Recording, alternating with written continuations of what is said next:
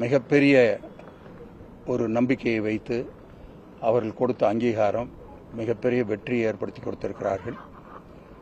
எனவே அவர்களுக்கு நன்றி சொல்லுவதை முதல் பணியாக தளபதி அவர்கள் செய்ய வேண்டும் என்று சொல்லி இந்த ஏற்பாட்டை செய்ய சொல்லியிருக்கிறார்கள். அதேபோல கட்சியினுடைய சார்பாக நாங்கள் இவ்வளவு பெரிய வெற்றியை ஏற்படுத்துவதற்கு காரணமாக இருந்த அதற்கு முறையாக திட்டம் வகுத்து கொடுத்து எங்களை வழி நடத்திய தளபதி அவர்களுக்கு நன்றி சொல்லுவதையும் இங்கே அந்த முப்பெரும் விழாவில் நாங்கள் சேர்த்திருக்கிறோம். அதை அவர் தவிர்த்தார். ஆனால் கட்சியிலே நிர்வாகிகள் அனைவரும் சேர்ந்து அது கண்டிப்பாக இருக்க வேண்டும் என்று அவர்கள் சொல்லிவிட்டார்கள்.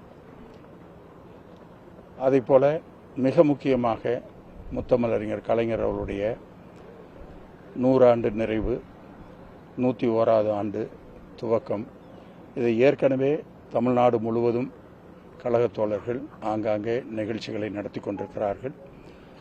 பல நலத்திட்ட உதவிகள் கொடுப்பது, இப்படி விளையாட்டுப் போட்டிகள் பல வகையிலே அவர்கள் விரும்பி அதை செய்து கொண்டிருக்கிறார்கள். எனவே மொத்தமாக கட்சியினுடைய சார்பாக, அதேபோல தோழமை கட்சியினுடைய சார்பாக, தோழமை அமைப்புகளுடைய சார்பாக இந்த முப்பெரும் விழா நடத்துவதற்கான ஏற்பாடு செய்யப்பட்டிருக்கிறது. இது எங்கே நடத்த வேண்டும் என்று ஒரு பேச்சு வந்த பொழுது நாங்கள் கோவையிலே நடத்த வேண்டும் என்று தளபதி அவர்களை கேட்டுக்கொண்டோம். பல இடங்களை பற்றி யோசித்தார்கள். நாங்கள் எப்படியாவது கோவையிலே நடத்த வேண்டும் என்று கேட்ட காரணத்தால் இப்பொழுது கோவையிலே நடத்துவதற்கு ஒப்புக்கொண்டிருக்கிறார்கள். எனவே 14ஆம் தேதி மாலையிலே மாண்பு முதலமைச்சர் அவர்களும் மற்ற நிர்வாகிகள், நாடாளுமன்ற உறுப்பினர்கள் 40 பேர், அதேபோல தோழமை கட்சியினுடைய தலைவர்கள் அனைவரும் கலந்து கொள்கிற முப்பெரும் விழாவாக அது நடக்க இருக்கிறது. இது ஒரு இவ்வளவு பெரிய வெற்றி என்பது நிச்சயமாக அநேகமாக இந்தியாவிலே வேறு எங்கேயும் இல்லாத அளவிற்கு ஒரு மாபெரும் வெற்றியாக இது மக்கள் எங்களுக்கு அமைத்து கொடுத்திருக்கிறார்கள். எனவே அவர்களுக்கு இந்த நன்றியை சொல்லுவது கண்டிப்பாக ஒரு முக்கியமான பணி. எனவே அதற்காக அந்த பணியை இங்கே தளபதி அவர்கள் துவக்குகிறார்கள்.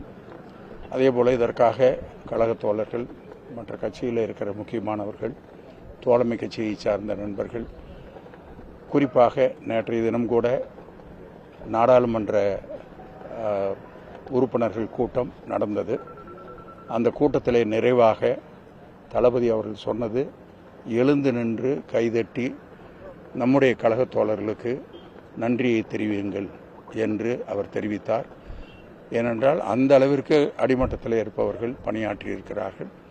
அதேபோல வாக்களித்த பொதுமக்களுக்கும் நன்றியை தெரிவிப்பதிலே மிகுந்த நெகிழ்ச்சியோடு அதை செய்தார்கள். எனவே அதற்காக இந்த கூட்டம் நடத்தப்பட இருக்கிறது. அதை பற்றி ஒன்றும் எங்களுக்கு தகவல் இல்லை. இப்போதைக்கு இவ்வளவுதான் முடிவு பண்ணியிருக்கு. அதை பற்றி ஏதாவது தகவல் இருந்தால் நாங்கள் சொல்கிறோம். இடம் இங்கே தான் முதல்ல நடத்தணும். இது பொதுமக்களுக்கு எந்த இடையூறும் இல்லாமல் வருகிற வாகனங்களை நிறுத்துவதற்கு எல்லா வசதிகளோடும் எந்த பிரச்சனையும் இல்லாமல் இங்கே ஒரு கூட்டம் நாங்கள் ஏற்கனவே நடத்திய அனுபவம் இருக்கிறது. எனவே அதற்காகத்தான் இந்த இடத்தை நாங்கள் தேர்ந்தெடுத்திருக்கிறோம். ஆனால் மழை வருகிற காரணத்தால் ஏதாவது பிரச்சனை இருக்குமா என்பதைத்தான் இப்பொழுது ஆய்வு செய்து கொண்டிருக்கிறோம். ஆனால் எப்படி இருந்தாலும் கோவை மாவட்டத்திலே தான் அந்த நிகழ்ச்சி நடக்க இருக்கிறது. எனவே இங்கே நாங்கள் மாற்ற வேண்டிய சூழ்நிலை ஏற்பட்டால் இன்னொரு இடம், இதற்கு சமமான இடத்தை தேர்ந்தெடுத்து அங்கே நடத்துவதற்கான ஏற்பாடு செய்யப்படும். ஆனால் பெரும்பகுதி இந்த இடத்திலேயே நடத்துவதற்கான எல்என்டி பைபாஸில் நடத்துவதற்கான ஏற்பாடு நடந்து கொண்டிருக்கிறது.